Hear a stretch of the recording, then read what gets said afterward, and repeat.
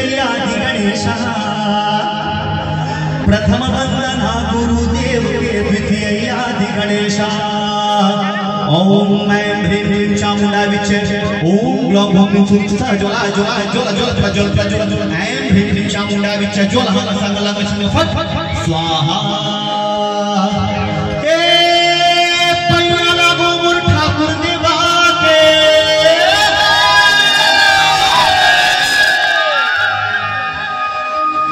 पैया लागो मोर ठाकुर देवा की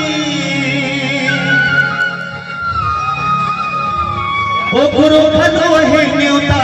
ते आ जाबे ते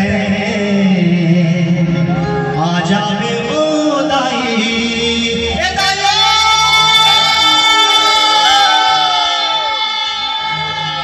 झूपत झूपत ते आ जाबे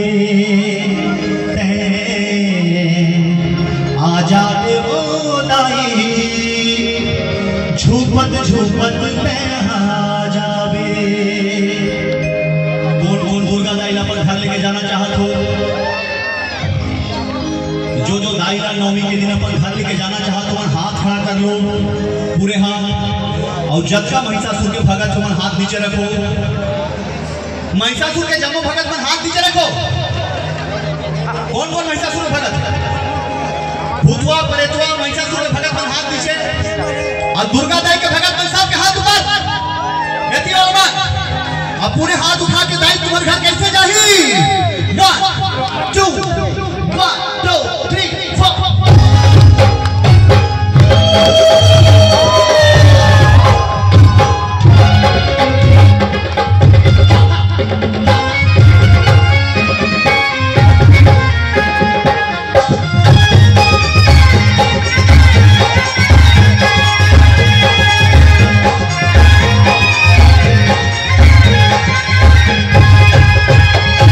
Thank you.